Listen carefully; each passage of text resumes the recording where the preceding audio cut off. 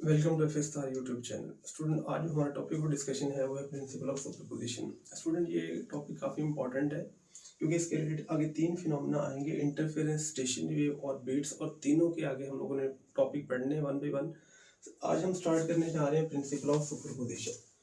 Superposition का मतलब क्या है? सुपरपोजिशन का मतलब होता है दो वेव का आपस में मिलना।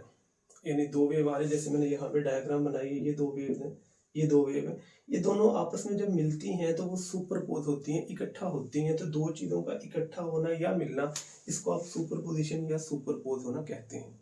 अब सवाल ये है कि दो वेव कैसे मिलेंगे? दो वेव मिलके एक दूसरे को सपोर्ट भी कर सकती हैं, दो वेव मिलने के बाद एक दूसरे को कैंसिल भी कर सकती हैं, अगर कैंसिल प्रॉपर ना करें वो कम भी कर सकती हैं।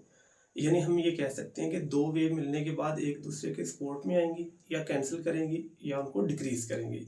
तो इस चीज़ को हम लोगों ने डिटेल में देखना है। इसकी हम लोग इक्वेशन पढ़ेंगे, फिर हम लोग इक्वेशन को देखेंगे कि ऐड कब करना है और माइनस कब करना है। तो स्टूडेंट, सबसे पहले मैं स्टार्ट करता हूँ डेफिनेशन से। पहले मैं डेफिनेशन आपको बता दूं कि if a particle of a medium is simultaneously acted upon by two waves, यानी वो कह रहा है कि कोई भी जो है वो मीडियम है, उसके पार्टिकल जो है वो दो वेव से गुजर रहे हैं या दो वेव उसमें से एट अ टाइम गुजर रही हैं, और उसके बाद हम लोगों ने इन चीज़ों को डिस्कशन करना है। जैसे फर्ज कीजिएगा दो वेव गुजरी हैं। अब लेट्स सपोज, जैसे मैं यहाँ पे बताता हूँ, एक वेव है y1, दूसरी है y2। यानी y1 और y2 जो है वेव के डिस्प्लेसमेंट या एम्पलीट्यूड है। कह रहे हैं कि उसके बाद, अभी दो वेव तो गुजर गई हैं, तो इसके बाद जो इनका रिजल्टेंट डिस्प्लेसमेंट है ना, यानी दो वेव गुजरी हैं, एक y1 दूसरा y2। अब उसके बाद क्या होगा? उसके बाद वो सपोर्ट करेंगी, कैंसिल करेंगी, या क्या चीज अक्कर होगी, तो उसको आप लोग कहते हैं नेट या रिजल्टेंट डिस्प्लेसमेंट। तो वो कहते हैं जो रिजल्टेंट डिस्प्लेसमेंट है ना पार्टिकल का, वो क्या होगा? वो एल्जेब्रिक सम होगा उनके इंडिविजुअल डिस्प्लेसमेंट का। यानी ये पॉइंट मैं एक्सप्लेन भी करता हूँ। दो वेव गुजरी, एक y1 दूसरी y2। अब गुजरने के बाद एंड पे उनकी वैल्यू बनेगी, वो या y1 प्लस y2 आएगा या y1 माइनस y2 आएगा। तो जो नेट या रिजल्टेंट डिस्प्लेसमेंट है ना, वो कहते हैं इनका एल्जेब्रिक सम आता है। उसमें देखिएगा, दो वेव है तो y1 प्लस y2 आएगा। अगर तीन वेव हो जाए तो y1 plus y2 plus y3 आएगा। और अगर चार वेव हो जाए तो y1 plus y2 plus y3 and y4 आएगा। मैं बात कर लेता हूँ कि लेट्स सपोज मेरे पास है n वेव्स, तो ये आएगा नेट या resultant y1 plus y2 so on और yn के बराबर आएगा। यानी जितनी वेव हैं उतने टाइम ये एडिशन कर देंगे। तो ये इक्वेशन थी फॉर n वेव्स के लिए। अब ये दूसरा पॉइंट और तीसरा पॉइंट मैं रीड करता हूँ, फिर मैं आपको डिटेल में ये डिस्कस करवाता हूँ। कहता है displacement of individual wave are added together. यानी दो वेव गुजरी हैं, दो को ऐड कर दें, तीन गुजरी हैं, तीन को ऐड कर दें, जितनी गुजरी हैं उनको आप ऐड करेंगे तो हमारे पास जो है वो टोटल डिस्प्लेसमेंट बाय नेट आ जाएगा। उसके बाद एंड पे है, कहता है when wave overlap their displacement add together to produce a new wave. यानी सिंपल सपोज कीजिएगा, दो वेव जा रही थी, दो वेव आपस में मिलने के बाद, अब ये आप मिलने के बाद खुद खत्म हो जाएंगे लेकिन एक नई तीसरी वेव पैदा कर देंगी। तो वो यहाँ पे यही बात कर रहे हैं कि जब दो वेव ओवरलैप करती हैं तो उनके डिस्प्लेसमेंट आपस में ऐड टुगेदर होने के बाद एक नई वेव पैदा कर देते हैं। यानी ये तीन पॉइंट थे, इनको मैं शॉर्टली बता देता हूँ कि दो वेव गुजरेंगी, एक का y1 है डिस्प्लेसमेंट, एक का y2 है। एंड डिस्प्लेसमेंट या नेट डिस्प्लेसमेंट या रिजल्टेंट डिस्प्लेसमेंट आएगा y1 प्लस y2 या y1 माइनस y2। यानी वो क्या चीज आएगी वो हम लोगों ने यहाँ पे देखना है। दो वेव मिलने के बाद एक नई तीसरी वेव पैदा करवा देती हैं, इस चीज को आप लोग कहते हैं प्रिंसिपल ऑफ सुपरपोजिशन। तो आसान बात ये समझ लें, दो वेव मिलने के बाद एक तीसरी वेव पैदा करेंगे तो वो प्रिंसिपल ऑफ सुपरपोजिशन के तहत होगा। अब यहाँ स्टूडेंट मैंने दो वेव बनाई है आपके पास, एक वेव 1 है, दूसरी वेव 2 है। अगर यहाँ पे देखा जाए तो मेरे पास वेव 1 का जो एम्पलीट्यूड है वो y1 है, ये डिस्प्लेसमेंट कह लें, और वेव 2 का है y2। ये जो दोनों वेव हैं ये इस तरह से मिल रही है कि अगर आप देखेंगे, लेट्स सपोज ये क्रस्ट है तो ये ट्रफ है, मान लें थोड़ी देर के लिए ये वेव का क्रस्ट और ये ट्रफ है, फिर ये क्रस्ट है और ये ट्रफ है। यानी मेन पोजीशन से अबव पोर्शन क्रस्ट होता है, बिलो ट्रफ होते हैं। अब ये दोनों वेव इस तरह से मिल रहे हैं कि क्रस्ट मिल रहा है क्रस्ट से और ट्रफ मिल रहा है ट्रफ से, यानी सेम सेम चीजें मिल रही हैं। तो मिलने के बाद क्या होगा, यहाँ पे अगर आप देखें y1 और y2 एक दूसरे को सपोर्ट कर रहे हैं, तो नेट जो डिस्प्लेसमेंट आएगा वो आएगा y1 प्लस y2 के बराबर आएगा। ऐड क्यों किया है? क्योंकि सेम सेम थे।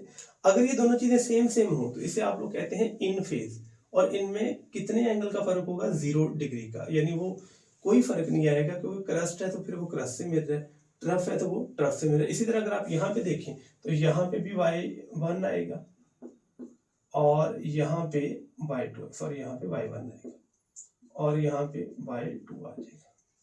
तो जो नेट डिस्प्लेसमेंट आएगा वो आएगा फिर y1 प्लस y2 के ही बराबर आएगा, यानी कि जो नेट वेव बनेगी वो दोनों की एडिशन से बनेगी।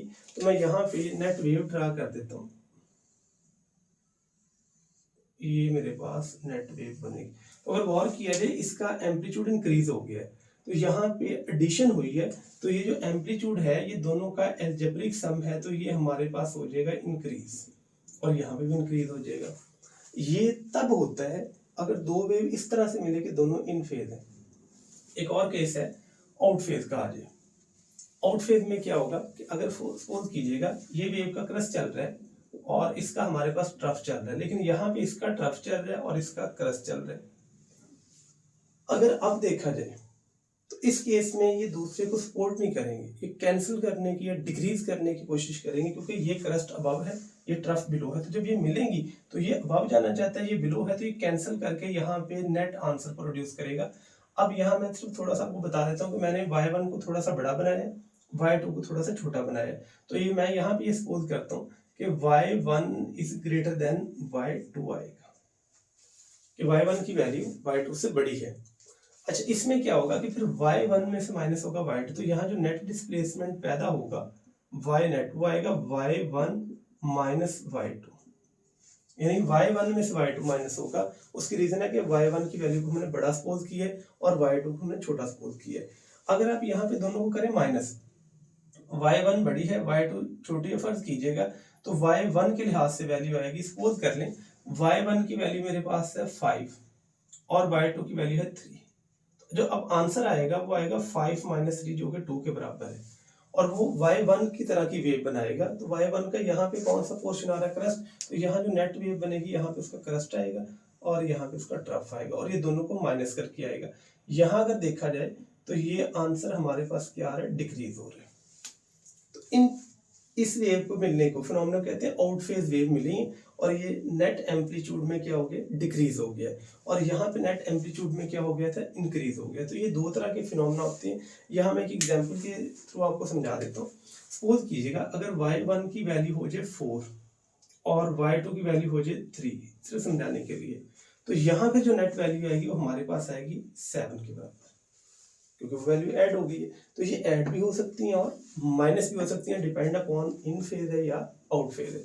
एक दो पॉइंट एमसीक्यूज के याद रखिएगा स्टूडेंट। अगर सपोज कीजिएगा वो कहे कि y1 बराबर आ रहा है y2 के, और इस इक्वल टू आप सिंपल y भी कह सकते हैं, कोई फर्क नहीं पड़ेगा। तो यहाँ पे जो नेट एम्पलीट्यूड आएगा तो y नेट वो बराबर आएगा y प्लस y के, और इसको आप लोग कहेंगे ये आएगा 2y के बराबर आ जाएगा। यानी कि अगर दोनों का एम्पलीट्यूड सेम है वेव का तो मिलने के बाद डबल हो जाएगा। तो ये एक स्पेशल केस भी आप लोगों ने याद रखना है। इसी तरह ही अगर यहाँ पे ऐसा हो जाए, सपोज कीजिएगा y1 बराबर हो जाए y2 के, इक्वल एम्पलीट्यूड y, तो यहाँ जो नेट एम्पलीट्यूड आएगा वो अगर आप निकालें तो वो y1 माइनस y2 करके आएगा, यानी y1 में से y2 को आप लोगों ने माइनस करना, तो आंसर कितने का आ जाएगा, 0 का। तो ये 0 भी आ सकते हैं, डिपेंड अपॉन के इक्वल एम्पलीट्यूड है, और डिक्रीज आ सकते हैं डिपेंड अपॉन के अनइक्वल एम्पलीट्यूड है। इसके बाद स्टूडेंट्स के 3 फिनोमेना हम लोगों ने पढ़ने हैं कि प्रिंसिपल ऑफ सुपरपोजिशन जो है वो किस तरह के फिनोमेना जनरेट करता है। तो पहला जो है वो हमारे पास है इंटरफेरेंस, दूसरा है स्टेशनरी वेव, और थर्ड है बीट्स का। हम पहला फिनोमेना देखेंगे कि वो कब अक्कर होगा। हमने यहाँ पे बात की है अभी तक सिर्फ 2 वेव की, 2 से ज्यादा वेव हमने डिस्कस अभी नहीं की। बाद में हम देखेंगे 2 से ज्यादा वेव का फिनोमेना क्या होगा। अच्छा, पहला पॉइंट यहाँ पे ये है कि इंटरफेरेंस कब होगी। तो ना हम लोगों ने यहाँ पे यही मानना है के लिए कि यहाँ पे हमारे पास सिर्फ है 2 वेव्स, यानी वो कहता है कि अगर 2 वेव हो, चाहे वो इंटरफेरेंस है, स्टेशनरी है, चाहे वो बीट्स है, और कहता है उन दोनों की फ्रीक्वेंसी भी सेम आए और डायरेक्शन भी सेम आए, यानी 2 वेव ऐसे मिले कि दोनों की फ्रीक्वेंसी भी सेम और डायरेक्शन भी क्या हो जाए, सेम।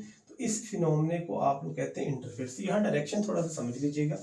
इसका हरगिज ये मतलब नहीं कि डायरेक्शन सेम होने का मतलब है कि क्रस्ट क्रस्ट से मिले और ट्रफ ट्रफ से मिले, और इसका हरगिज मतलब ये नहीं कि डायरेक्शन ऑपोजिट है, ये याद रखना है। डायरेक्शन सेम का मतलब ये वेव कहाँ से ट्रेवल, अभी तक हमने ये देखा दो वेव मिले, लेकिन हमने कहीं ये नहीं देखा कि अच्छा इसकी फ्रीक्वेंसी कितनी है, इसकी कितनी, इसके कितने साइकिल है, इसके कितने, या इसकी डायरेक्शन लेफ्ट से राइट है या राइट से लेफ्ट है, वट एवर कोई भी है। हमने अभी तक दोनों वेव की ट्रेवलिंग डायरेक्शन का मतलब ये वेव लेफ्ट से राइट जा रही है या राइट से लेफ्ट जा रही है। तो डायरेक्शन का मतलब लेफ्ट से राइट जाना और राइट से लेफ्ट जाना, ये चीज का मतलब डायरेक्शन नहीं है कि ये क्रस्ट है तो ये ट्रफ है तो ये उलट जाएगी, या ये ऑपोजिट डायरेक्शन है, ऐसा हरगिज नहीं है। अच्छा, यहाँ पे ये फिनोमेना तब बनेगा जब फ्रीक्वेंसी भी सेम और डायरेक्शन भी क्या होगी, सेम। स्टेशनरी वेव तब बनती है जब हमारे पास जो है ना वो फ्रीक्वेंसी सेम आ जाए और डायरेक्शन को आप लोग मान लें कि वो डायरेक्शन जा रही है ऑपोजिट, दो वेव ऑपोजिट डायरेक्शन में जा रही है। यानी फर्ज करें एक लेफ्ट से राइट आ रही है, दूसरी राइट से लेफ्ट आ रही है, तो ऑपोजिट डायरेक्शन जाने का मतलब क्या है कि स्टेशनरी वेव है लेकिन फ्रीक्वेंसी सेम होगी। बीट्स कब पैदा होती है, बीट्स तब पैदा होगी अगर फ्रीक्वेंसी जो है वो सेम ना आए बल्कि उसमें स्लाइटली डिफरेंस आ जाए, यानी थोड़ा सा बिल्कुल डिफरेंस आ जाए और डायरेक्शन यहाँ पे सेम मानी जाएगी।